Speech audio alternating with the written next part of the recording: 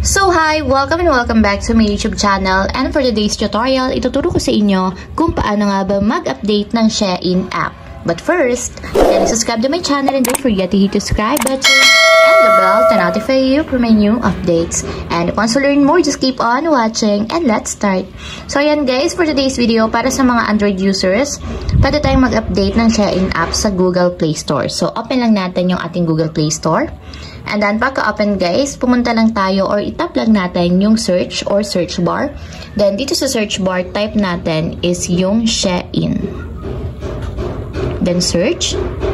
And piliin nyo lang yung pinakang application or app ng Shein, shopping online. So kung hindi pa updated yung inyong Shein app, nakalagay dyan is update. Pero kung updated na guys yung inyong application, open na yung nakalagay dito.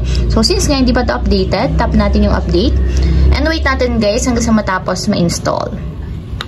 And then after ma-update ng ating Shein app, so open na yung nakalagay, tap natin yung open para directly mapunta tayo sa pinakaang application.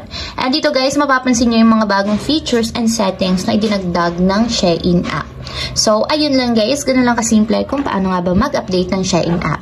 If you have a question, can you comment down below. Don't forget to hit the subscribe button and the bell to notify you for my new updates.